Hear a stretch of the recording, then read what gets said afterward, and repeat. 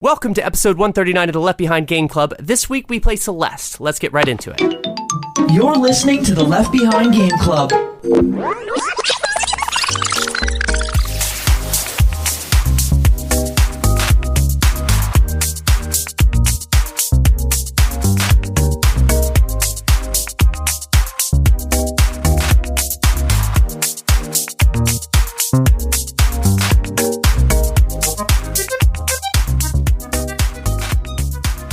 Welcome to the Left Behind Game Club, our never-ending attempt to make sure that no game is left behind. I'm your host, Flora, and today I have three friends with me. My first friend, co-founder of the pod, he climbed the mountain just in time to take a break with us. His name is Michael Ruffalo. Thank you for joining the pod. I'm so excited to talk about a great game. Celeste is the mountain. And my next friend, despite the lack of guns, battled his way up to the snowy peaks with us. He dabbled his way. I'm not sure how far he got, but thank you for joining us as well. Momertati. It was a short hike, but it was worthwhile. Hey. I'm glad to talk about it, guys. I'm glad to be here. Let's go. And my next friend is new to the pod. They are a Twitch streamer, someone deeply embedded in the speedrunning community. For today's game, Court, also known as Frozen Flygone. Thank you for joining us, Court. Thanks for coming. Hi, I'm so excited to be here. First time doing something like this, so this is such an honor. Thank you so much for having me. We are so glad to have you. Thank you so much for taking the time to be here with us and sharing your deep and infinite wisdom about this game that we have all smashed our faces against. Absolutely. Awesome. So, Court, tell us a little bit about your gaming interest, your background. How did you come to Celeste? And I believe you've played somewhere in the 1,000-hour mark, somewhere in that range. 1,000? Yeah, about over 1,500 hours in Celeste. Speedrunning a game you love so much just means playing it a ton and over again. So I have such a passion for this game and for the community. It's not just the game, but it's the people that have brought me coming back to this over and over again. But in terms of like my general gaming, I do stream on Twitch. I'm a Twitch partner, and my content is both Celeste and Super Mario World. I'm really passionate about difficult platforming.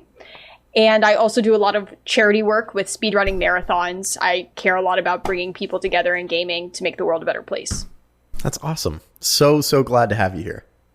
Thank you. Yeah, that's wonderful. I first got exposed to your speedrunning through GDQ, and I'm sure that's where many people probably would have. I believe it was the Frame Fatales. You were doing some sort of, I believe it was the Chapter 9 run at the time.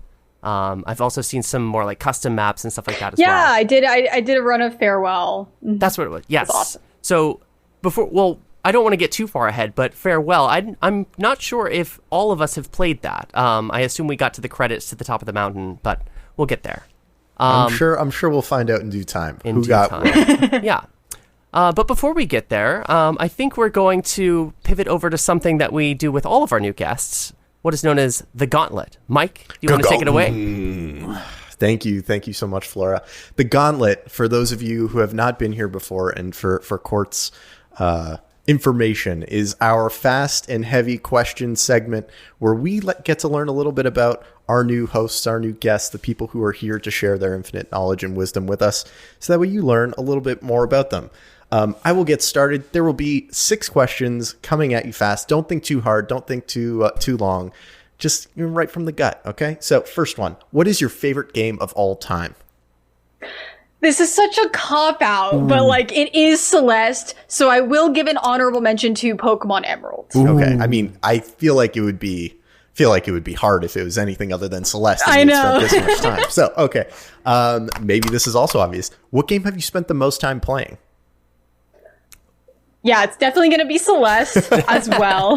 But after that, it would probably be Hades. It's the game that I think I've spent the most hours in. Yeah. How were you a Sega or a Nintendo kid? Nintendo. Okay, Mario or Luigi? Birdo. We're in a binary here. You're picking the best Mario brother. Which one? I'm literally non-binary. I don't have to play by your rules. I got you. These are the rules of the game. I'm not talking about society and life. I love it. Damn it. Okay, best Pokemon. Flygon, then Glaceon, and they're both right here behind me. Okay. You can't see them, but pretend. All right. Last question. What is your earliest gaming memory? My earliest gaming memory is my dad bringing home a Game Boy Advance with a bunch of games on it and just giving it to me and my brother, and us sitting in the hallway just playing GBA games until our parents had to take it away from us and put us to bed. Aww. Amazing. Awesome. Thank you so much for playing the Gauntlet with us. I will turn the table back over to Flora to lead us from here. Yeah, thank you, Mike, and thank you, Court. And today's game, as we mentioned, is Celeste. It's developed and published by Extremely OK Games. It was published on Linux and Mac OS and Microsoft Windows, Nintendo Switch, PlayStation 4, Xbox One, and Google Stadia. Which, Google Stadia, recently in the news for potentially not being Google Stadia anymore, but that's an aside. Celeste came out on January 25th, 2018, and it has since received multiple patches, updates, and DLC of various varieties. So before we really get into the game, properly speaking, we like to do a little segment here called the Fast Pitch, in which we pitch a one-sentence description of the game that we are here to talk about. Would anyone like to take a stab at summarizing Celeste in one sentence? I might take a crack. I would say it's Super Meat Boy with no meat and no boy. That's how good. I would do it. Yeah. That's good. I think that's how I described it to you too, Mo. Something similar, yeah. You think you said, hey, Mo, it's like Super Meat Boy, and I'm like, I'm in. I am in. Jumpy dashy girl climbs the mountain and also conquers anxiety. Perfect. Yes, absolutely. I have one prepared here. Celeste is an ever-escalating journey up a grueling mountain that challenges players both in terms of personal introspection and precise gameplay. And Mike? A girl climbs a mountain in the game, and you climb a mountain metaphorically. Awesome. So yeah, Celeste, one of the things that it does really well is it blends together its gameplay and its narrative, and we'll kind of talk through how those things kind of complement each other throughout the main story.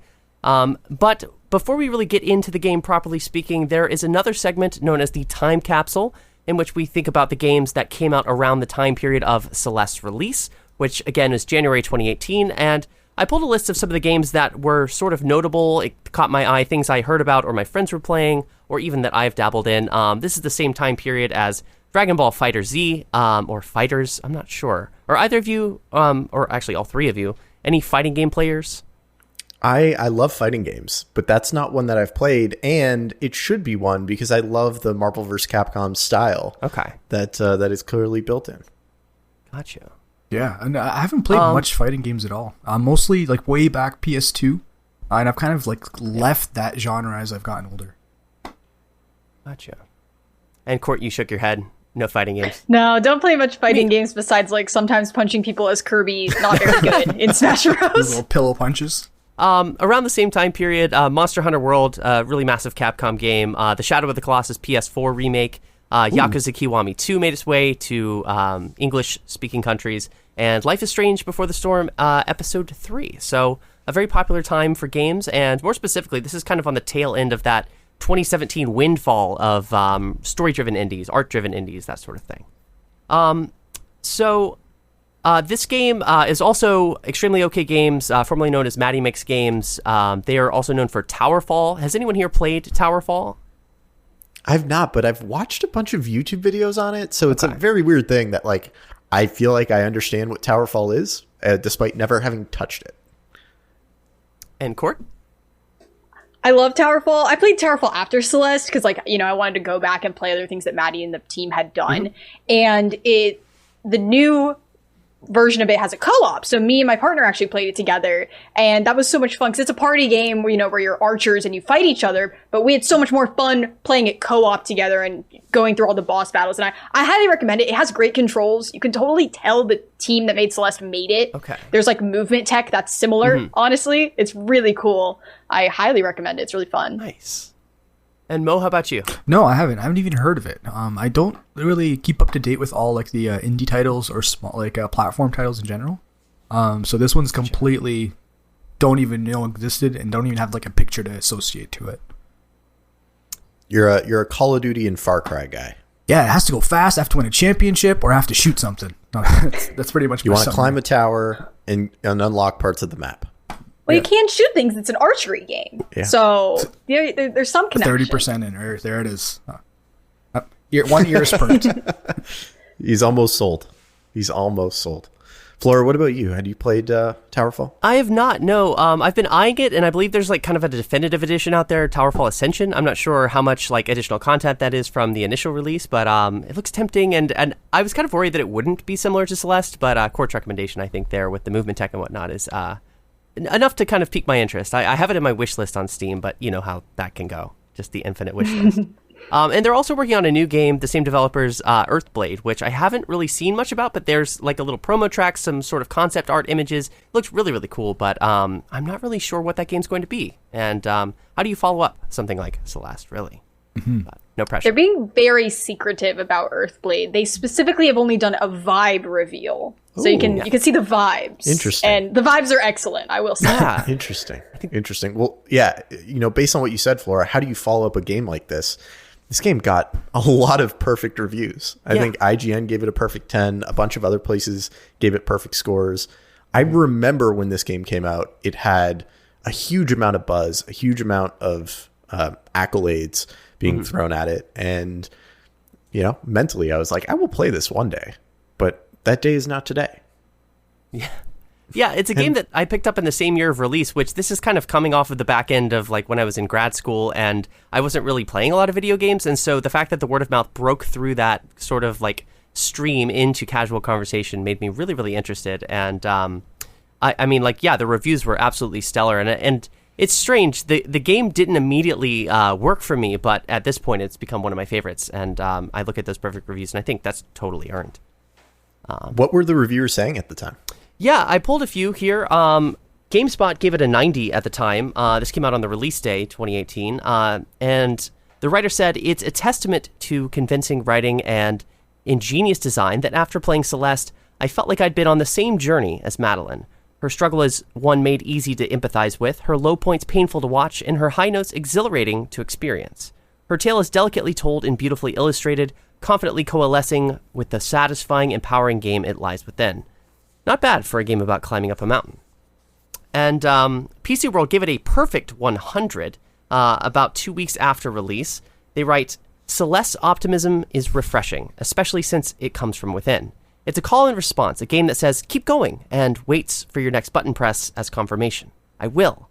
You're learning, and with every death, every obstacle stumbled against and overcome, you say, I am. It's a marriage of theme and mechanics so pure, so confident, and one hell of a platformer, too. I pulled a few others, but I think those kind of sum up the tone, really glowing. I mean, just people love the story, the art, the encouragement, the themes, and I think all those really kind of speak through in my experience.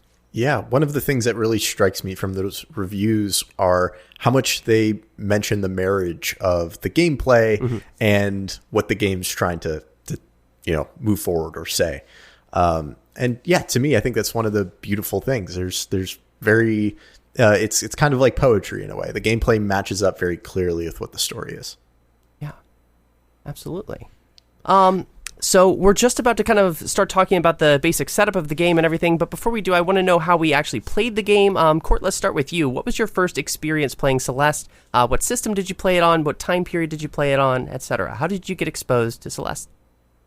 Sure. I actually first saw it from the speedrunning perspective. I was watching a speedrunner, TGH, who was speedrunning Celeste. Cool. I had not heard of the game before, actually. It was like a year after release. I didn't pick this up on release or anything like that. I had never speedrun anything in my life. It was actually my introduction to the speedrunning world.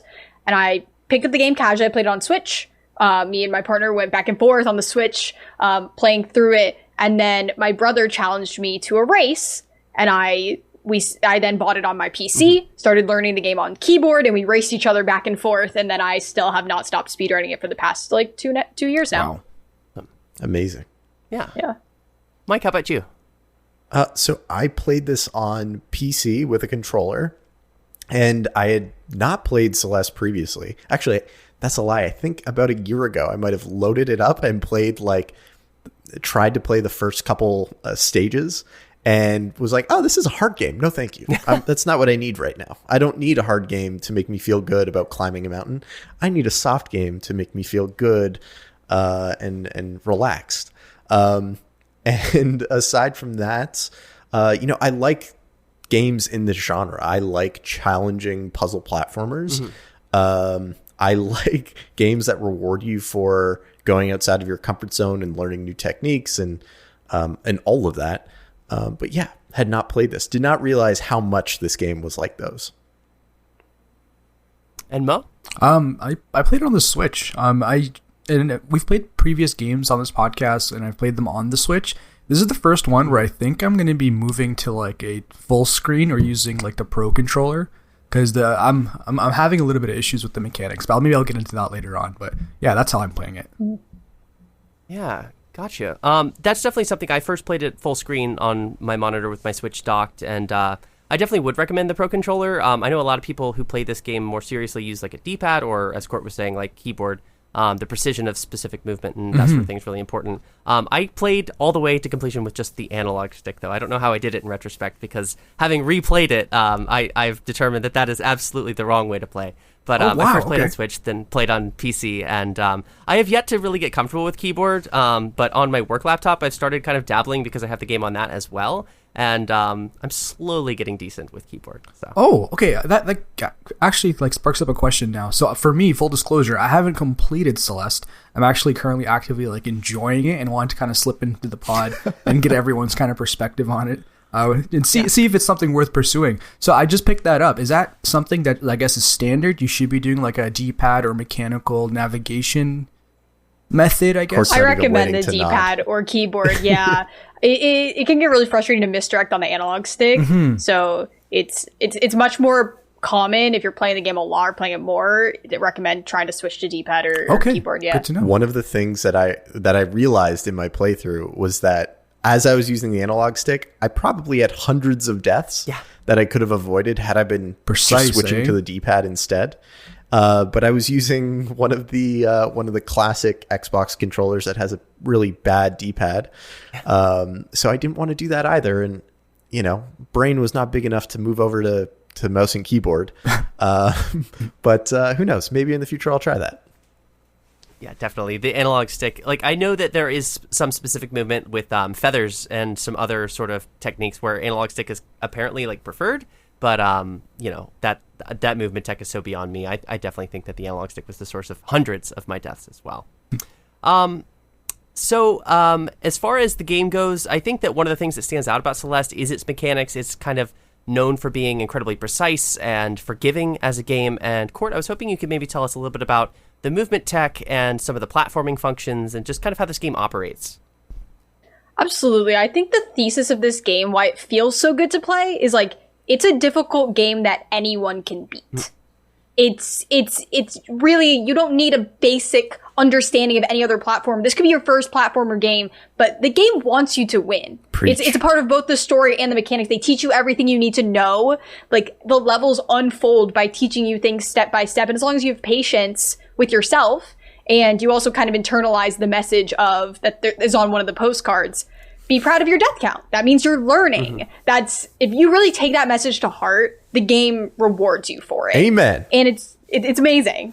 I'm so with you. That was the best. That I totally aligned. Like, this game is all about it. It reminds me of a Souls game in that the difficulty is part of the design, and it is intended to make you better at the game and not make itself easier to get there. And because you've developed that mastery and that actual skill has developed, when you get to the top, you're, one, I think, more amazed at the very fact that you're able to do some of these incredible levels. But two, it feels more rewarding that the game didn't give you some cheat code or like some mushroom or star that allows you to go through without being harmed. Absolutely. And you should play City again after having beaten the summit, and you'll be like, oh my gosh, I just beat that in like 10 minutes. Yeah.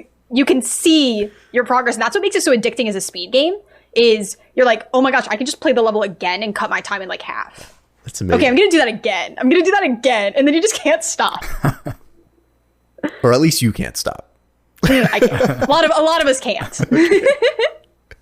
Mo, have you gotten to that point yet? Or are you still? No. So one thing I really loved about it is like, so I'm only a couple hours in, and I haven't gotten any like crazy levels or anything like that, or I'm not even sure if there is any crazy advanced levels. But what I love is how snapshot every little checkpoint is, and every like opportunity is, where it becomes just like a day-to-day task. If you do a little bit at a time, try a little section at a time, you eventually climb the mountain. And in this game so far, it's been like everything's been slightly challenging, but it's not that much more challenging than the next step. So to totally get the same sense just with the little bit that I played.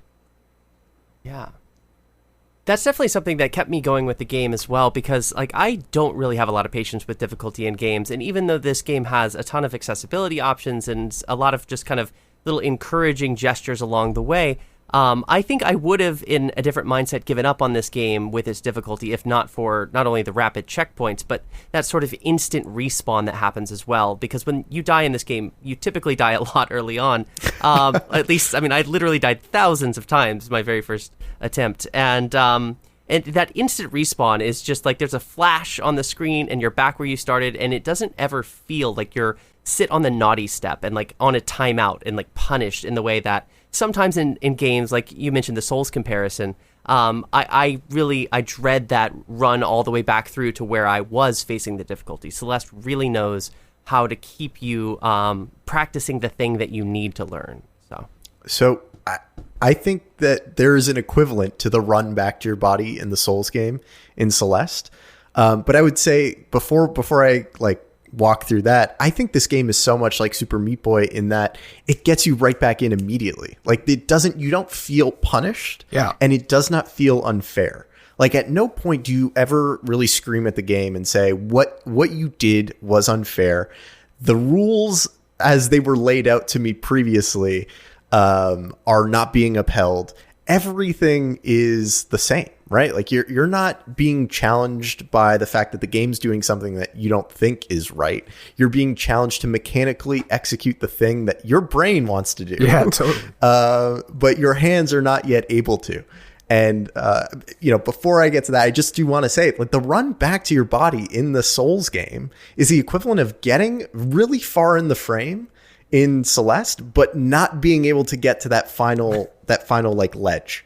And when you drop, it's like, oh man, okay, well, I got to go right back to the beginning. But you've done it so many times that it's so easy to get there. And that is what a Souls game is. 100%. Like a Souls game, you end up getting past those early skeletons or whatever they are really easy because you're so used to running past them to get to your body again. It's that same, this isn't actually that difficult because I've developed the skill, because I've been facing this multiple times, and I've continually pushed outside of my comfort zone to the point that those things that were previously outside of my comfort zone are now squarely within it. Yeah, totally. Yeah, I think you've described what makes this game so encouraging to keep going, because it's like, okay, I've conquered this tough screen, and then the game's gonna be like, all right, I'm gonna nudge you a bit farther now, and you gotta, and it's like, okay, and you struggle a bit on that, but then you get better, and the game's like, okay, here's another surprise for you, and it's so. And then there's the optional challenges that we haven't necessarily talked about yet. Of I don't know how far you all got, of like, I'm going to search for the collectibles. Here are the berries. I can look at that berry screen and be like, okay, I can do that. Or you look at it and you're like, no, not today. I'm coming back later. And I love that. And the game is very much like, okay, here are where all of the collectibles are, pretty much. You can, good luck. When you jump back into a level, it's like, here's the cassette. Mm-hmm. Here are how many berries are in this section. And it encourages you to explore, but also doesn't punish you if you're like, I really can't get this berry. The game's like, they're just for fun. That's okay. Do it if you want to. Don't do it if you don't want to.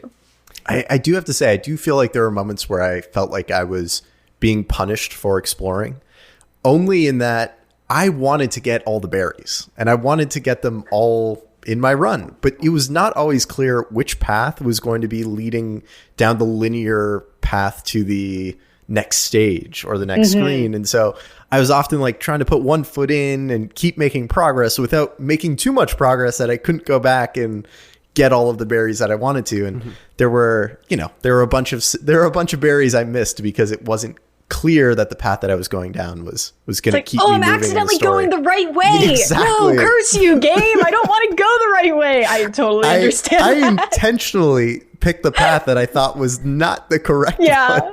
So I could get some berries.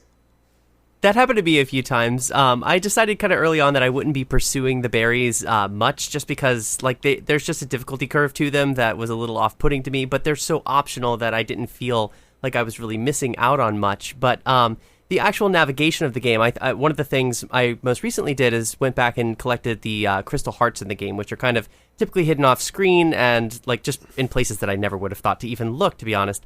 And so I followed a little guide and I collected them all. And along the way, I kept accidentally advancing too far for one or two of them and I had to restart. But the game has some really nice like sub-chapter checkpoints that you can load in at various points throughout the level instead of having to, from the very beginning of the chapter, start over. I found that really quite encouraging because at some point I would like to go back and collect the strawberries. I know that there are a few achievements attached to it and stuff like that, but in due time. Mo, have you been collecting berries so far? Okay, I love the berries. Here's why. Because when I first started, I was kind of like, oh, I can maybe get that. Oh, I got it. Okay, cool. Next level. Oh, I can get that. And then I got to one where I was like, that's a little far. And I know I'm probably going to need to use these berries to buy some special weapon or something like that. And then I get to the stage where it's like, oh, yeah, these are optional. Do it if you want. I'm like, nice. Because I was actively just doing them just to like passively collect a resource, and the fact that they're not going to be used for anything, I'm like, okay, good. I don't feel bad about missing that insanely hard to get one. So I like the berries just like the fact that they're hard and they're like an additional difficulty, especially if you're feeling it. And I just like Court said, there's sometimes when you're just like, leave this away from me. I'm fine. Like, I'm glad I don't have to get this. I think the berries are crucial. And I mean, Court, you probably have a much more nuanced view on this than I do. But I think that the berries were crucial in me developing a love for this game because I appreciated the extra challenge. But in addition to that, it felt like every time I went for a berry, it built my confidence. And it forced me to develop a mastery with techniques or concepts that the game was going to force me to use later. But if I had not gone for the berries, I wasn't going to be as ready for it when those showed up. So I felt way more prepared when those tough challenges showed up because I was continually pushing outside of my comfort zone to get each of those berries. Yeah, it's literally like, to bring it to like a sports reference, it's like doing the extra reps or like the extra free throws after a game or whatever, getting better for that next challenge. And you don't have to do that. But if you want that next challenge to be maybe a little bit easier, the very best. Exactly. It's the Mamba mentality. That's what it's teaching you. Yeah. Celeste is teaching us. That's a great analogy. Strategy. That's so true. Yeah. Celeste is Mamba. I get it. Are you the same animal? Yeah, this game really is about the main character Madeline trying to get better, like just like personally and in terms of the challenge that she's setting for herself. Because we haven't really touched on the story of the game much so far, but this story of the game really features like an internal battle and an external battle being represented at the exact same time. And I guess, Mike, I'm going to hand this off to you, and then we can maybe hear from Mo as well. You can hear from me as much as you want. Yeah, I can hear from you twice. But you've both played it very recently, and I've kind of marinated on the story. I imagine Court has marinated on the story and probably skips past most of it at this point, to be honest. And I just wonder, like, first impressions, like, how do you feel the game is set up? How do you think it sets the tone with its narrative? And how did you feel just going in the first chapter or two? Yeah, I was surprised how much story there was in this game, quite frankly. I thought it was just going to be a puzzle platformer with about as much story as Super Meat Boy, which was, Super Meat Boy's story is largely inconsequential, right? Whereas the story and the narrative of Celeste is like deeply tied into that gameplay. Mm-hmm. And it makes a lot of sense.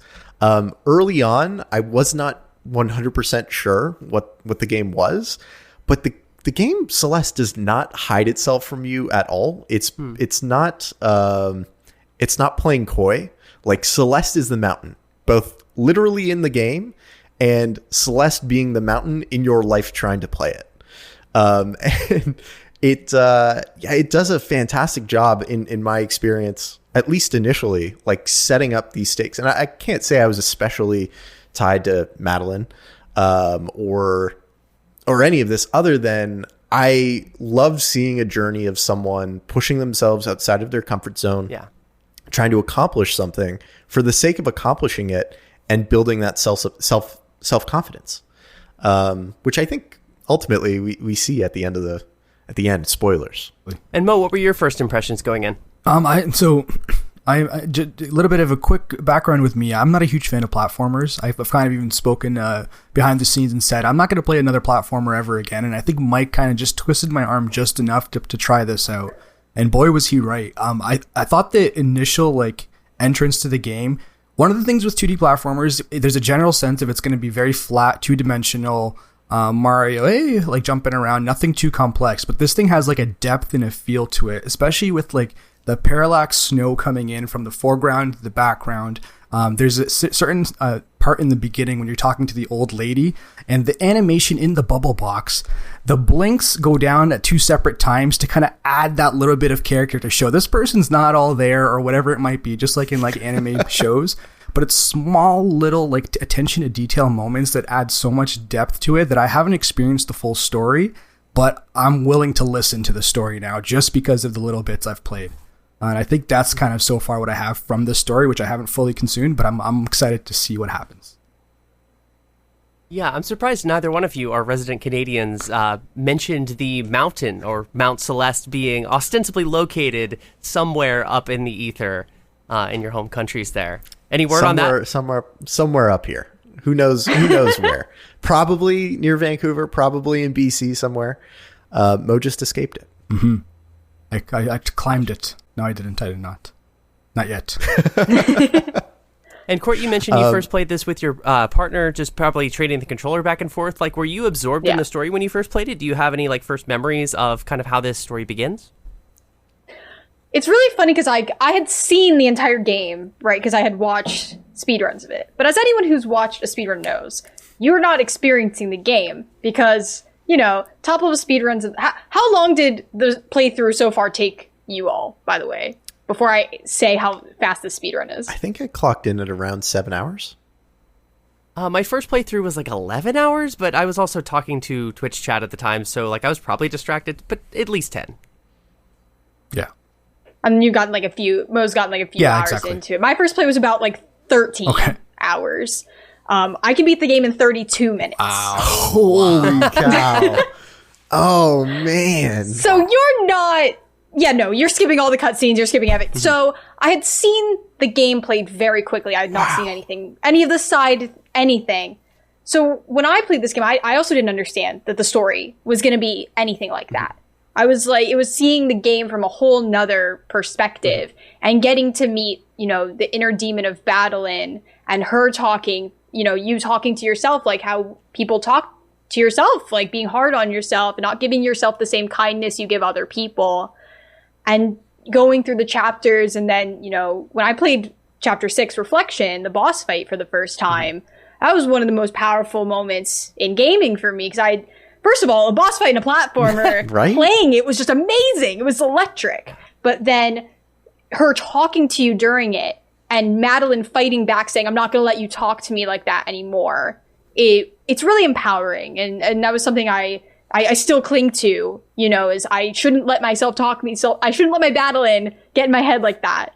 And, you know, it's stuck with me ever since. I recently did a play where I watched all the dialogue again. It had been years since I had gone through every single cutscene, and I like started tearing up again. I was like, wow, this is beautiful. This is like and the gameplay feeds into the story, which feeds into the gameplay. It's art. Yeah, when I first played it, it didn't actually make me, like, it didn't provoke an emotional response in me for some reason. I think I got way too uptight on the gameplay, and I was forcing myself through it. I wasn't taking breaks like I probably should have.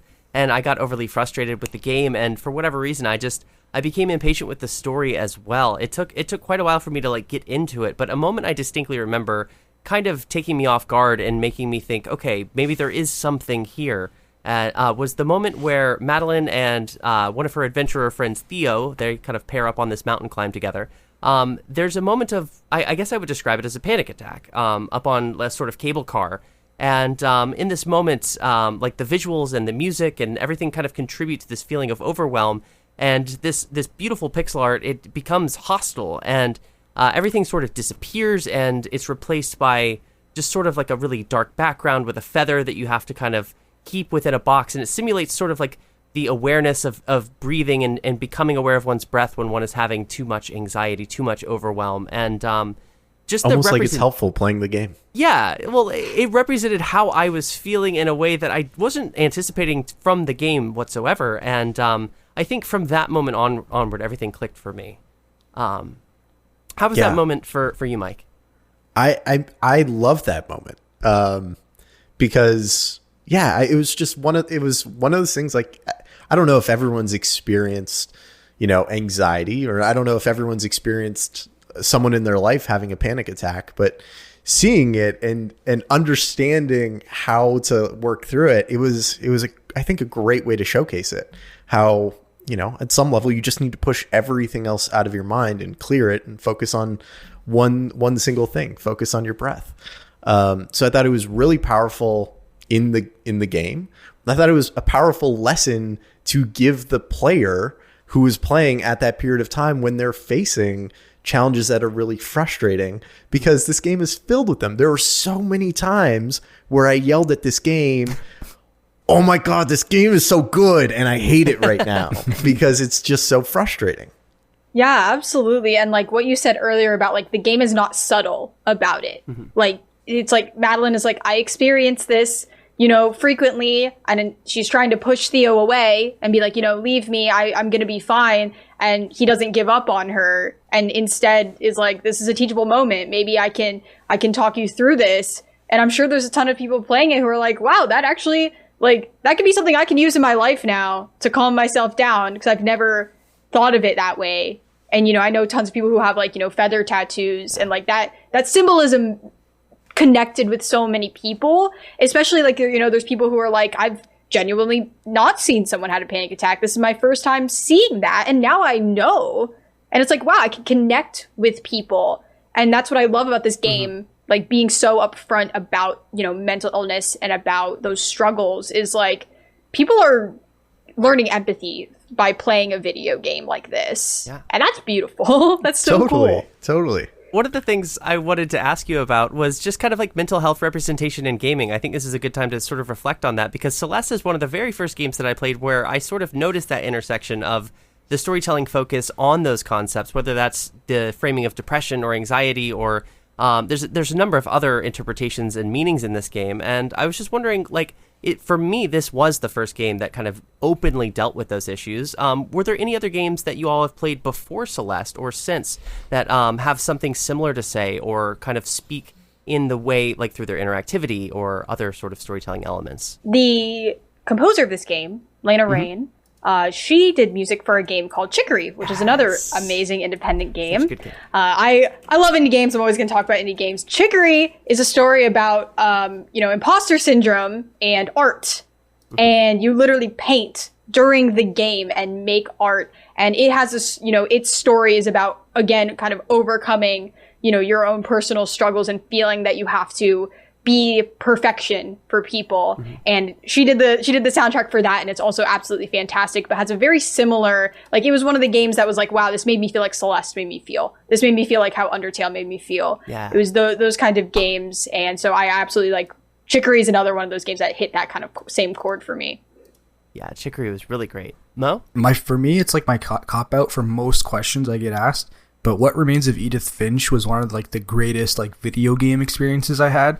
And in terms of like meshing together music, sound, feel, the UI, the gameplay itself is attached to it, I think that game itself is a great example of like a developer putting everything together to make you have an amazing experience. It's not just one thing that's great, it's the whole package. I think it was around 2013, somewhere in there, that Depression Quest came out. And I felt like that was one of the moments that, I don't know, gaming just became more willing to talk about mental health and internal battles as well as external battles. And I think, there are obviously some sloppy things along the way. But one of the games that I think is about mental health, or I think touches on it, not explicitly, is Flower. Flower just has this feeling of, it's a world without color. Yeah. You fly through it and add more color to it. It made me very mindful of mental health. And in the same way that, the flower in Celeste is kind of about breathing, that's kind of what I felt about Flower as well. Yeah, I didn't even think about flour. I mean, I always think about like the environmentalism allegory going on in that story, but absolutely it has those multiple meanings. Like I think of some others, like even a game like Florence, which isn't like directly about mental health. I think it deals with that, or like Greece, which even though I was going to mention Greece. Yeah, that was another one that came right to me. Yeah, I played that a little bit after Celeste, but it still hit me in a very similar way. I mean, it's kind of like something about nonverbal storytelling in video games, I think, is really effective for these sorts of like more symbolic, larger conversations about those things that are kind of hard to like describe with language about the human experience. But Celeste has got to be my favorite of those representations. I would love to break down this game and talk about like what all the symbolism is and you know what it's trying to say. I think we need to get into some of the characters before we do that. So there's what, 4 main characters aside from Celeste the Mountain that we that we face along this journey. We've talked a bit about Theo. We've talked about the part of you, Battleline. And I think the only other one that we need to mention is Mr. Oshiro, who is the proprietor of a hotel that has long since been shuttered. Gave me vibes of The Shining because when he comes through a wall and materializes, and Madeline is not even fazed by it. He has no feet. They don't touch the ground. He floats everywhere, and no one says anything about it at any point. It really threw me for a loop. I was like, how can I be the only what? Yeah. Yeah, And we have Granny too, but Granny is much more impactful in Farewell. That really hits like the Farewell chapter of the game, which I won't spoil because you should definitely play it for yourself if you have the determination to do so. It like touches on a whole nother aspect of mental health stuff. It's like Celeste 2. It's another campaign. It took me another 15 hours to beat just Farewell. And yeah, and I had been speedrunning the game for a year at this point. Wow.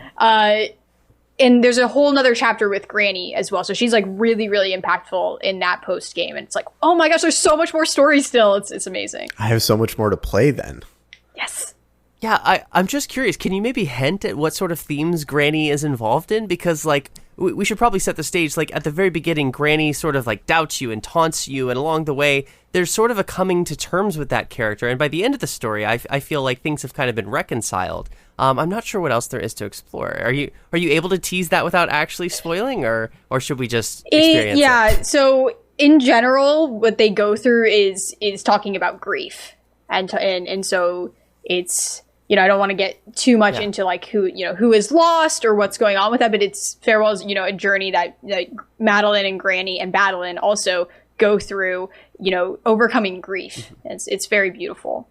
I definitely plan to play it, but I haven't even gotten through the core yet, which is, that's its own challenge after the game. Core is spicy.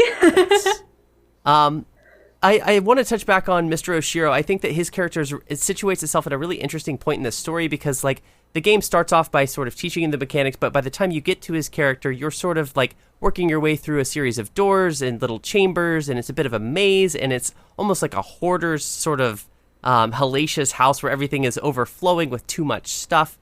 You start to look inward, and at this point, I'm not sure, is the Mr. Oshiro section before or after the first chase with Badeline? After, okay. So you've also like really come to terms with this awful inner part of you, or at least so it seems at the time. And the Mr. Oshiro section culminates. We mentioned earlier these sorts of boss fights. Like there's this like escape sequence where he becomes this big like balloon head and follows you. He becomes a boo. Yeah, exactly. I think it really is evocative of that. And he's got like these gnarly jaws, and he shoots like lightning at you. I don't even know how to describe what goes on, but that sequence can take a really long time. We mentioned how quickly the game gives you respawns, but that section really, oh my gosh, that tested me. Yeah. And Mr. Oshiro is just desperate to have someone stay at the hotel. And he is very pushy about you staying in the presidential suite. Mm-hmm. And the entire quest is helping him clean up the hotel and getting to the presidential suite and then saying, hey, okay, cool. You've said this all along. I have no intention to stay here. But when she says, look, I great, I need to leave. I have no intention to stay. He takes that boundary as an issue, and then chases you out. And to me, Mr. Oshiro is like a perfect example because Theo warns you ahead of time. Don't bother messing with him. Yeah. Right. Like he's gonna cause you problems. Mr. Oshiro is a perfect example of, other people's mental health, dragging you down and causing problems in your own life, and being willing to set those boundaries about what level, everybody has some type of issue with mental health or something that they're working through. But that you do need to create those boundaries and create that space so that way it doesn't drag you down with them. Yeah, I think this game wants to say something of that effect with all of its main characters. Like even Theo, who's presented as sort of an upbeat character throughout most of your interactions, at least initially, he's kind of documenting everything on an Instagram clone. I forget what they call it, like Instapics or something of that effect. Instapics, yeah. And there's this whole getting to know you with that character, and he sort of seems a little derpy and spaced out, but then you realize like there's some insecurity going on, and there's just some other issues that once you start to dig into each of these characters, you realize that they're more complicated and more human than a simple video game archetype, which is something I really enjoyed. Absolutely. And you can actually check out Theo's Instagram. It's Theo _stars. Oh, wow. It gives you the username. Yeah, you can see it's art by the art directors of the game, cool. And you could actually poke around and look at the amazing. Instagram. And when Farewell came out, they've put a new post up for Farewell, and awesome. They don't update it anymore, but it's really cute. Yeah. Highly recommend looking at it because the art by Pedro Nomura is just absolutely fantastic. So it's really cute that they actually made a little Instagram for him, and it's them hanging out. It's Theo and Madeline hanging out. As soon as we get off this call, I'm going to check that out. Yes. I'm looking at it now. We should put that in the show notes. Yeah, that's awesome. Now that I think love about the it, art style of this game. The art is just so beautiful. Art. I love both the pixel art and I love the hand-drawn art that you see at certain moments throughout. Yes, Flora's holding up a piece of art from the game. Yes, Court mentions Amora, and I went ahead and got a piece from their store framed over here on my little table. It's just off webcam normally, but it's one of the very rare pieces of video game art that I have decided to kind of keep around. It's just, really, really special. Absolutely. Yeah, I loved hitting those screens as soon as you clear a segment or a level, whatever you want to. I'm sure there's an actual name for it, Court. It's just chapters. Chapters, yes. I got you. Thank you. As soon as you clear a chapter, you get a nice piece of art. And not only is the art beautiful, but it's such a relieving feeling to get that art because you realize it's kind of done. And this is maybe a reference or that no one else will get. But when I was a kid playing Tekken on the PlayStation or Twisted Metal on the PlayStation, whenever you would complete a whole run, complete the whole story with any one character, you were given this FMV or CGI movie end scene, and you learned a little bit more about the characters, and it was always very short because I assume it was pretty expensive to make some of those, and it felt that same way. It felt like, I had just climbed this mountain for this little nugget. It was like a little reward at the end. And that's how I felt whenever I saw that art. That's so awesome. I love that. And I think that's one of the big successes of Celeste is that it literally encourages you to put the game down. It's okay, I've cleared this chapter and now you've given me permission to rest. And I'm going to do that. It's very important to do that because, what Flora was talking about earlier is if you just try and play too much of it at once, it can get really overwhelming. Mm-hmm. And so I do love that they're very careful about being here's this chapter, and you can, once you've closed that chapter, you can, really, you're taken out of the game and you have to choose to move over and select the other chapter. Yes. They're really okay, it's good. It's okay to take breaks, put this down and come back to it. I think that's what makes it really successful instead of it. If it had been just the whole thing, it would have been exhausting. I think that is so true. This is the epitome of one of those games where you will be hitting your head off of a certain screen. Mm-hmm. You will take a break. You might take a nap. And when you come back, complete it in the first attempt. Mm-hmm.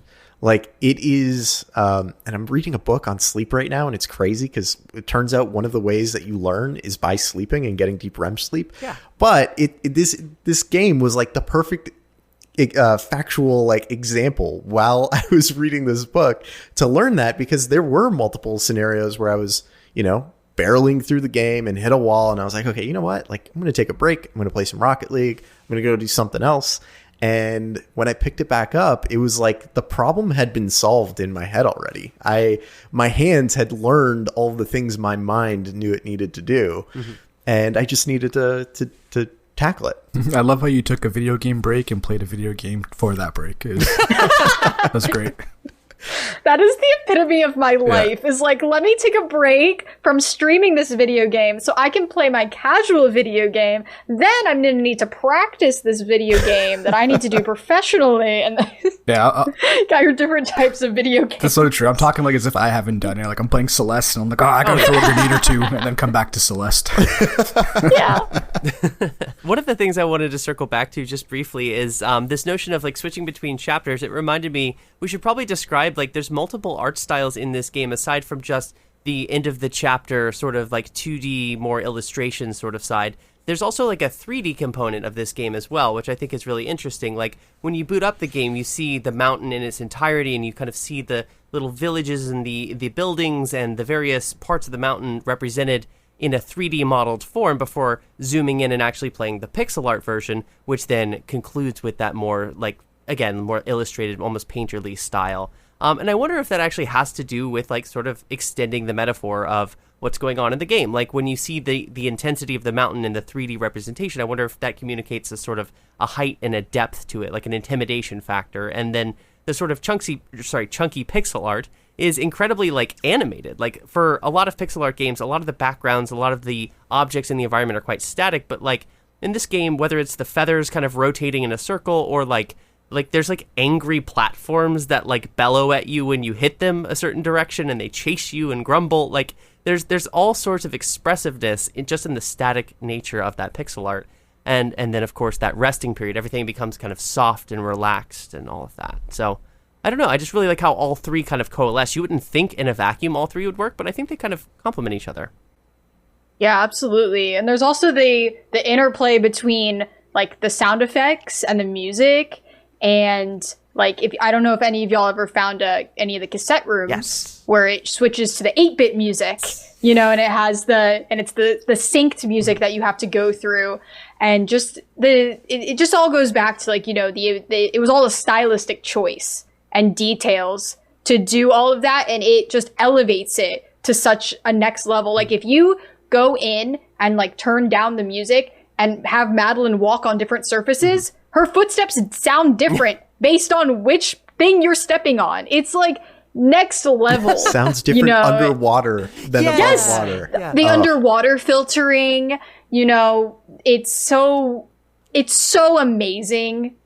Every single little thing was thought about. And that's why it comes together to become such a masterpiece, because it's like, we're not going to just be like, oh, that's fine. It's like, no. Every single tile is going to have its own sound. That's amazing. I'm so with you. I watched a video on the brilliance of the music in this game and how it all basically just spins one theme, like one musical theme for every other track inside of it. It's everywhere. It's everywhere. Yeah, it is absolutely crazy how much. The music in this game is perfect, but like also the sound design, like the attention to detail at every turn was great. I loved all of those elements coming together. Yeah, it's even the positive feedback. Even when you die, the like, it's like almost like a passive like positive thing. You're like, oh, okay, and then you're back starting again. You're like, it's not so bad. When you land on things, it's just the thuds, satisfying thuds, clicks, like fidget spinner stuff. If you apply it into a game and you could transfer it like to the person playing it, giving them that fidget spinner response, it's a win-win. You know, one of the things that reminds me of is how good of a job this game does at desensitizing you to failure. Yeah. Like, you get to a point where you're no longer frustrated for having not completed it. You're just like, oh, just got to try it again. Like, just going to do it one more time.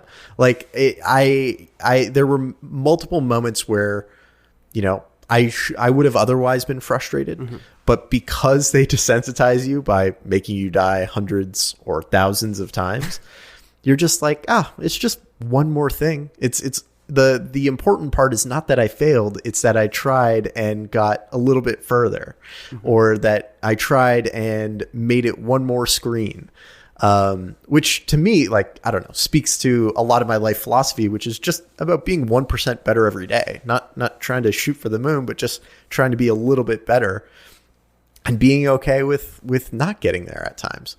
So yeah, it just really spoke to me and made me feel like they do a really good job at making this approachable just through the design of the game, not through, again, like making an easy. It doesn't prompt you if you die 30 times to say, do you want to play this on an easier mode? Do you want us to put like the easy, you know, fly through this mode? It says no, like, just keep trying. That's the only thing that matters. Yeah, and there's so many games out there where, especially like more 3D games, sometimes I will try and execute a movement and I feel like to some degree there's unpredictability to what I'm putting in for inputs. But with Celeste, I guess I was always willing to forgive the game because it was always my fault when I died. It was always something that I did that was a mistake. And like I mentioned, playing with an analog stick, that was just entirely just brute force clumsiness. Like, no wonder I was getting frustrated. But as soon as I started looking, like, is this the game or is this me? Not only is it incredibly well designed and encouraging, but like every single like technique just allows you to keep getting better at it. Just like a Souls game. Totally. But the difference though, Mike, there's a simplicity in the Celeste mechanic where it's like jump, dash, and maybe a double jump and like grabbing kind of thing. Where when you walk away, onto the wall. Yeah, when you walk away for like a couple of days, you can come back and pick up the mechanics really quickly. Whereas like you can't pause a Hades run, come back to it a day later and continue it. You're like, oh, what did I have in my like? It's there's so many things you have to keep in mind. Whereas this one, just pick up, play, no matter where you are. Absolutely. And there's so much like baked into the actual mechanics of the game. There's an amazing thread that Maddie has on their Twitter that talks about like how all of the forgiving mechanics that they put into the game to make it's basically like the game wants to give it to you. Yeah. It's like everything is balanced towards the player. It's a very hard game, but like there's this thing that we like to call coyote time. You can literally be off a platform and jump. And the game's like, okay, yeah, close enough. I'll let you jump. I don't care. There's a thing called corner correction. If you dash up into a wall, a lot of times the wall will be like, okay, yeah, you didn't bonk. That's fine. And you'll just keep going. Like they built those things into the game because they want you to succeed. And you can feel that. The game is responsive in a way that it's giving it to you. Versus like when you play Mario, if you look at a spike the wrong way, it kills you. And it's so frustrating. Yeah. Well, okay, I do have to say, I think one of the things that was frustrating in this for me was how the colors of the spikes, the colors of like the crystal spikes that were in the areas that you must not go, that you must not touch, started to just like blend into the background. And there were moments that I ended up touching them without like actually realizing that I was touching them. And I don't know if that's just because I was staring at that screen for so long that it just became, you know, background noise to me, or if it actually just started to blend in. But that's one of the things that made me a little bit frustrated at times. Yeah, just to give a little context about like that interaction, like it's just from the dev side. I haven't developed the game at all, but I'm familiar with some of the engines that are used. A lot of the times, especially with like small scale games, they'll put the boundaries as like a general box to save like what's it called? Development, I guess, time for the actual asset. So if like this microphone that you guys can see in the call, it's a circle. However, the actual interactable might be a box. So when you're jumping over it, you even if you barely touch it, you still might interact, whatever that might be. And that little bit of like gap of it being not precise is actually intentional too, because you almost don't want the player to be like hard line, like the second you touch it, it's over, because then it might be a harder game. Finding that balance of how much of a box you should have on an asset kind of plays with how easy of a game is it, how smooth it is. are you able to just clear things or do the jump where you're not on the ground, like Court mentioned? That's how that stuff kind of can get put in. It's because it's not a precise development thing. There's a lot of like margin for error for people when they're moving around. Yeah, and there's one technique that I see in speedruns here and there where people like literally vault off of the spikes somehow. And I don't really have my head wrapped around that. I've tried to practice there's so many like really helpful speedrunning tutorials about all the techniques, wave dashing and demo dashing and all sorts of things. But the spike thing, I have no idea. Court, how does that work? So, a lot of these are called like a spike jump or a corner jump. Essentially, if you're going in the same direction as spikes, like the spikes that are in Old Site, you will go through them. And that's used in the B side. You literally it's just so you can't enter a dream block one way, but you can go out of it. And so there are certain situations like in Resort, there's a famous screen where you can actually you're jumping off the corner. And since you're going the same direction as the spikes, they don't kill you. You can just jump off the wall, essentially. That's what's happening. So then you just dash up and you can, skip a part of a screen. So that technique is used a handful of times. There's also one in like the second to last room of City where the spikes are just low enough that you're just jumping off the corner instead of hitting the spike. So it's another example of forgiveness that we exploit and we love it. We're like, thank you. I'm going to go this way now. That was going to be a follow-up question with me about speedrunning in general, Court. Do you use a lot of those like I don't know if they're called shortcuts or they're like ways to like get to the end credits? Is there a lot of those in Celeste? So there's not really any like quote unquote glitches in Celeste. And it's all movement based, which is what makes it such a popular speed game, is because genuinely like anyone can learn to speedrun this game if you put the time into There's it. no hack. It's not like, okay, let me sit down and skip this huge section by some obscure mechanic. It's really just learn how to play the game faster and die less. Cool. And that's what makes it such an engaging speedrun. And also the developers of the game love speedrunning, are super into it. Like they've donated during my runs at GDQ. It's so cool. Like, it's like, hey, donation from Maddie Thorson. I'm like, hey, Maddie, what's up? Like they are very intimately involved in the speedrunning scene. Like when Farewell came out, they like Maddie and Noel, they talked to us. They talked to the speedrunners because they want it to be fun for us. Because we love the game so much, and also in a way, like we're kind of QA testers because we're just doing all the silly stuff that you wouldn't find otherwise, and it is such a beneficial relationship. It's a beautiful back and forth, and the game it wasn't built like for speedrunning, but it was definitely built with it in mind, and that's why the movement's just so fun. I saw that in the credits, I believe, where there was, I don't know if it was a speedrunning community, but I saw something about speedrunning in the credits and I was like, oh, like this game was designed with speedrunning in mind. Yeah. Oh yeah, absolutely. It's really cool. Like, when Farewell came out, the sound designer, Kevin, he was like doing Farewell speedruns and we were all like, okay, cool. Like during development, he'd been testing it. And so we got to see his techniques and, they're like, oh yeah, we put that skip in so you can go this way. And we're all like, thank you. And it's really cool. I can't imagine playing this game in 30 minutes. No. I honestly can't. How? Yeah, I felt like the moment where so in the story of the game, you climb the mountain and then have a bit of a breakdown and fall all the way back down to the very beginning. Yeah. And your ascent back up is, this kind of dance with Battle Line where you do a couple of tough jumps, you hop into her little ball, and then she throws you up. And I don't even think I could do that where you're like cheating your way back up the mountain in 30 minutes. And yeah, just absolutely mind-blowing. Yeah, I probably should mention this. I've made a habit for the last 3 years now. Every Christmas Eve, I play Celeste from start to finish. And I call it like Celestemas Eve. It's just a thing. And it's just a comfort thing. I did it one year because I had some friends who needed somewhere to kind of hang out. And then it was such a great turnout that I decided, why not next year? And now I just kind of do it. But like this most recent year when I played on Christmas Eve, I thought to myself, okay, I'm definitely going to shave down my time from before. And Court mentioned earlier just like the addictive cycle of going back and just trimming down those times. I noticed that the first 3 or 4 sections I was doing really well. Like I got all the way through the Celestial Resort without too much fuss, and then the Golden Ridge hit me with the wind, and I just absolutely ate it. And then you mentioned, Mike, like being in disbelief about like 30 minutes for an overall time. I want to say the final section of the summit took me close to an hour, and that's after multiple playthroughs under my belt already. It's kind of remarkable how much more there is to shave off. It really is, but it's, you know, it's one of those things where it's like my very first time like sitting down and playing the game in one go was like 2 hours. You know, it just takes a long time to get wow, you know, so even long, further and 2 further hours. A whole 5 hours faster than me.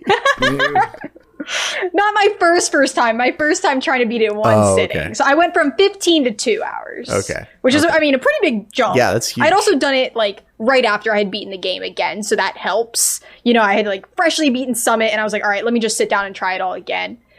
But then it's like, you know, obviously, the faster and faster you want to go, the more and more you have to practice. Like the world record holder of this game has done like 3,000 hours, like twice the amount of hours that I have, to get 3 minutes faster than me. Yeah. It's That's like, unreal. wow. It's, you know, it's such an amazing, it's like a sport, you know, it's like you really, it's the people putting in the thousands and thousands of hours who reach that top 0.1%, 1%. But for context, we're almost at 3,000 people who have submitted runs to our leaderboard, which is like really cool. Unreal. And the game encourages it. You can turn on the timer and it keeps track of it for you. It's really accessible. I know what question I'm not asking them in the Gauntlet next time. Yeah, holy cow. That is so much time. Holy cow. Yeah. I don't know if I've ever spent anything close to that in any game. Unreal. I don't know how familiar Mike and Mo you would be with this. I imagine Court has probably been exposed to the TaskBot runs of this game, where people have basically, I think the way a TaskBot works is like it's a tool-assisted speedrun, and you kind of compile the best or the most efficient routes and movement to string together an entire run of the game from start to finish. And a couple years ago at GDQ, there was an all berries run of this game. Yep. And the thing, if you haven't seen it, that I found incredibly remarkable, not only did they get all, I think it's 275, is that the number? Oh, close, 175. 175. So a ton of berries. The TaskBot was running the game so quickly that they had to manually slow down and stop to watch all of the berries, this long-winded trail of them, slowly be collected before finally reaching the peak. Like, it was moving so fast that the berries could not be obtained despite having been interacted with. It's amazing. And I guess if it's TaskBot, you don't have to worry about landing on the platform safely for it to collect. You can just keep going. TASes are really cool because it's basically like a group of people come together and you workshop the best way to go through, and you compile all of those inputs in together, and then basically a program, you know, runs it for you. One of my best friends, Uni, was the lead tasser on that project. So yeah, cool. I know her. I know her very well, and they did an amazing job of that. Absolutely worth watching. It's absolutely fantastic. TASes are really cool, and they help us. You know, RTA speedrunners learn techniques as well. But then there's also stuff that we could never do. Oh, yeah. Well, we've hinted at it, and with the TaskBot as just a reference point, we should probably talk about the Final Ascent up the summit, which sort of strings together all the different parts of the game, and it becomes a sort of narrative culmination as well, where both iterations, Madeline and Battle and her counterpart, sort of have to overcome their differences, for lack of a better word, and just work together to ascend what is ultimately a compilation of all of the different techniques and interactables and skills and platforming techniques, all these different things you've had to master over the last, well, for us, 8-10 hours. So, Mike, you have most recently worked your way up to the summit. What was that experience like, starting off at the very bottom, working your way up the checkpoints, and then eventually there's about 30 individual flags of progress that kind of like celebrate and encourage your way up. How did that feel when you recently worked your way to the top? I felt like the ascent to the summit wasn't nearly as difficult or rewarding, quite frankly. Oh, wow. As some of the like challenges inside the resort or in other places, where I felt like I needed to really develop a sense of mastery. I think by the time I got to the summit, I was like, I know how to do this stuff. Like this is more just like executing it. Like I don't feel like I'm learning new stuff here that it's really pushing me outside of my comfort zone. But yeah, it's nice to be able to get to the top. It's nice to get to the top with Battleline and to have that conversation and enjoy it together. Yeah. Court, could you tell us about the first time you made it up to the top? What was that like for you? Absolutely. Like I mentioned, how much the reflection chapter really like sunk in with me. So I agree that, some of it felt kind of like a victory lap in a way, which I liked. And I loved like getting the second dash, like seeing that level up. I was like, whoa, wait a second. And and also the symbolism of like the colors of Madeline and Battleline are blended together. So we have the pink hair, which represents the 2 dashes. I really enjoyed it. And also that's my favorite crystal heart to get because you have to collect the gems in each of the different sections, which I thought was so much fun and such a depth to the collectibles in that zone. And the flags was such a cute touch because there was nothing like that in the game before. And so it was like, instead of just having, each screen be the checkpoint, having the flags that you had to pick up and got the do-do-do, it was like, I loved that. That was such a really, really fun section for the game for me, and seeing the flag at the top was such a great moment. I really enjoyed it. Yeah, I've never done any like severe long distance running or anything, but I imagine what happens at the end of Celeste is probably what it feels like to be at the end of a marathon, where you can see the finish line and the crowd is, a lot more dense at the end and loud and cheering. And that is absolutely how the ending felt for me as well. And I think like Mike alludes to, the ending sort of conversation at the top of the mountain is incredibly beautiful, and it brings some just really poignant resolution to this whole arc that Madeline's been undergoing. And then we sort of see like a descent back down the mountain through the credits, and there's like sort of a reuniting with all of these characters that we've mentioned, and a suggestion that not only is there this potential narrative closure, but there's also quite a bit more game ahead of you if you so choose to pursue it. Court, did you initially go right for the Crystal Hearts? Did you go right into the core after the mountain?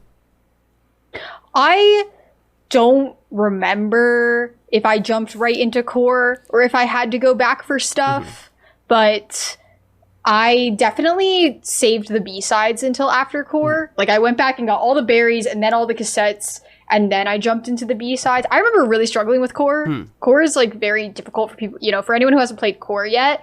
Your dash doesn't refresh on the ground. Yeah. So it becomes much more puzzle than platformer, which I'm better at platforming than puzzles. And so that was like a mental strain for me, especially the core B-side is probably the hardest level in the game for me.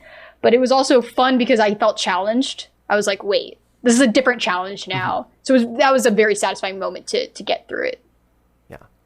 Mike, now that you know, I'm sure you probably had an idea, but is that something that you will be going for in the future, or have you satisfied your Celeste experience? I honestly don't think I will. Okay. I really enjoyed my experience, and I don't think I need more Celeste. Like I've gotten to this point in old age where I just feel like, I have my experience with the game, and that is going to be the experience, and I just don't need any more of it. And that's not who I was in my youth. In my youth, it was like, I like this game and I will play it until I break this cartridge. And now I'm content to just leave it with where I was at. I got a handful of cassette tapes. I got a handful of, I think I got 3 Crystal Hearts. I have no interest in bashing my head off a wall to get the remainder. I was really conflicted for a long time. I was content just to replay the game from the beginning to the credits. And recently I participated in a charity marathon where just jokingly I put as an absurd dollar amount, I'll play the Celeste B-sides and go for the core. And naturally that was met quite soon. And so I had to switch games and start going for that. And I found that it was very doable if I was just patient with myself. And if I think the initial frustration when I originally played Celeste is that I felt bound to progress. Like I needed to be making progress in order to be having fun. But I no longer felt that pressure or that desire to make it through anything at that point. Like the Crystal Hearts are so well hidden and tucked away, and the B-side tapes, I think I kind of have a penchant for the rhythm game nature of it. I'm not great at it by any means, but like I don't feel like I'm incapable of timing and being precise with that stuff. I dabbled into the core just a hair, but I think of it something like Hollow Knight's The Path of Pain. Like, it's only kind of for the diehards, like the true masochists. And for better or for worse, I do think I will go back in, but there's something really nice about returning to the main story.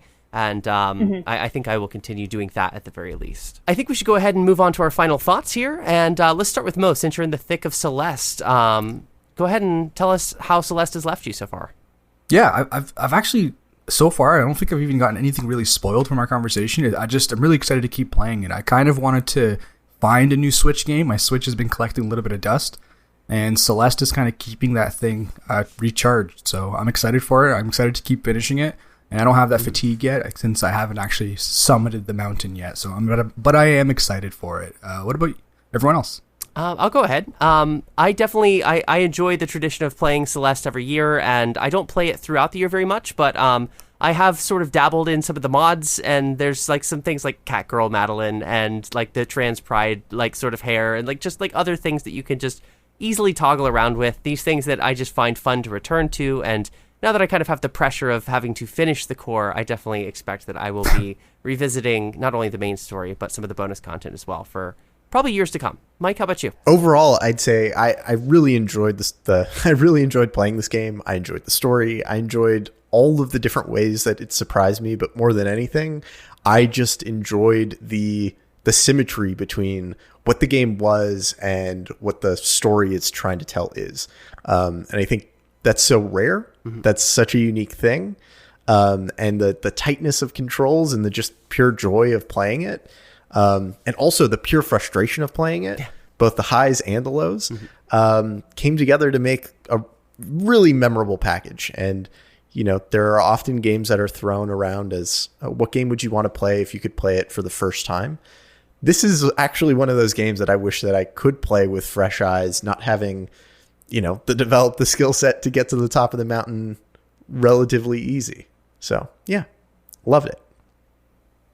And Court, obviously this is a bit of more than a hobby for you. I imagine that you're not slowing down on the speedruns anytime soon. What are your plans? Yeah, absolutely. I still am speedrunning, like, you know, what we call vanilla, mostly doing a lot of all red berry stuff, which is a really fun category. You know, something that you can do in speedrunning is like, there's all sorts of different ways you can play the game. It's like, you know, I can play all the B-sides and try and just do that as fast as possible. So it's like, even though I've played this game for thousands of hours, there's still more I want to do. And there's a lot of custom content that you were talking about, Flora. I've made a custom map of my own.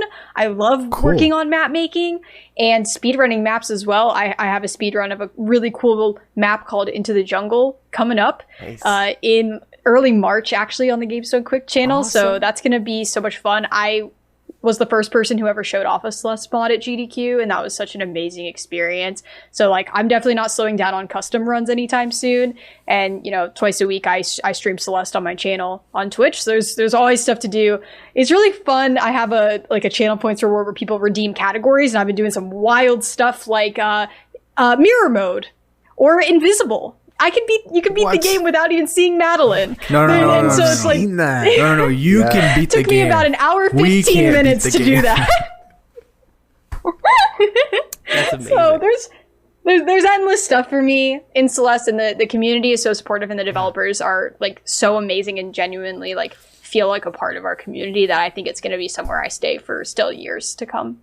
Yeah, it's amazing. Celeste has definitely got one of the most welcoming communities I've encountered in gaming.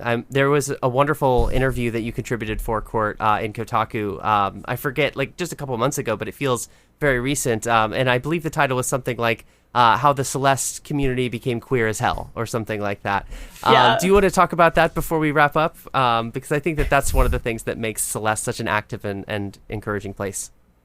Yeah, absolutely. So yeah, I was interviewed with alongside some other queer speedrunners for the game, and Maddie was, you know, interviewed in that as well, talking about how, you know, we've talked about the story and about your identity. You know, it's so important as a part of the story, and it even was so important to the developer of the game. Maddie, you know, wrote an article in 2020 that was saying that Madeline is trans, and I'm trans too, and like confirmed it, and it was like, when I started making this game, I didn't know if Madeline or I was trans, but then at the end of it, I can say yes to both of those things. And it's like, wow, even the people that made the game had a transformation because of it. Yeah. And that speaks to how that game has impacted so many people with their own identities. And so it's such an important cornerstone to our community. And I think that's why it's such an amazing, inclusive place, is because, that's Madeline's identity and her queerness is front and center. Mm-hmm. And again, they're not subtle about it. Maddie came out and was like, yeah, first sentence of this article. Yes, she's trans. And I think it's really powerful to have that confirmation, because for so many people, it's like, there's someone like me in a game that so many people loved. Absolutely. Well, speaking of inclusive spaces, Court, where can we find you on the internet? Sure. So yeah, you can find me at Frozen Flygone. If you know Pokemon, I actually have an E on the end of my name. But I stream on Twitch both Celeste and Super Mario World during the week, and you can find me there on Twitter as well. So I absolutely love streaming, and also I'm part of the Frame Fatales, which is an all-women speedrunning group, and we have a charity event coming up February 27th, and we're benefiting Malala Fund, which is something really important to me, also as a teacher in my real-life job. Awesome. Well, fellow educator over here, we'll definitely have to throw you some support. February 27th, I believe this episode is going up just before that, so if you're listening near when the show releases, definitely check out the event. I'm sure it'll be a wonderful time. Well, in the meantime, if you want to interact with us on the internet, you can find us on Twitter at Left Behind Club, on Instagram at Left Behind Game Club, on Discord. If you go to leftbehindgame.club/Discord, come join. We're having conversations all the time. That's where we're recording this episode right now. And if you want to come say hi, talk about Celeste, talk about speedrunning, and just join and see what games we're playing next, jump in there and we'll all say hi. So in the meantime, Mo, thank you for joining us. Where can we find you on the internet? You can find me almost on all social media platforms at Embertati, but also hanging out in that Discord channel, talking to our massive crew that we've I guess collected all together. Always putting up some video game deals. Love hanging out there. Mike, where can the fine folks find you? The fine folks can find me at RuffaloM on most social places online, also in the Discord server and at michaelruffalo.com. And Flora, where can the fine folks find you at online? Definitely reach out to me in the Discord. You can also catch me on Twitter at LudoNarrativeFM and EpilogueGaming.com, where I write and publish articles every few days, every few weeks. Right now we're coming out with a new article on Sable, a little indie game that came out last fall, as well as there should be a list, like a hierarchical ranking of some bosses of various video games, so keep an eye out for that. And if you enjoyed the show today, do us two favors, send it to a friend, and give us a 5-star review on your podcast platform of choice. So until next time, Michael, what do we say to the people? And that, my friends, is one less game left behind.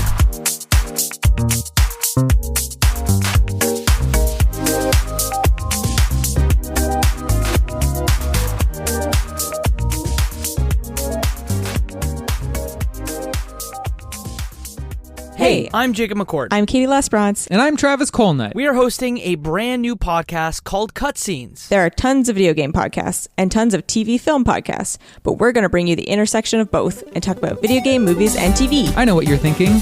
Aren't most of them not very good? Wrong. Some of them are fine.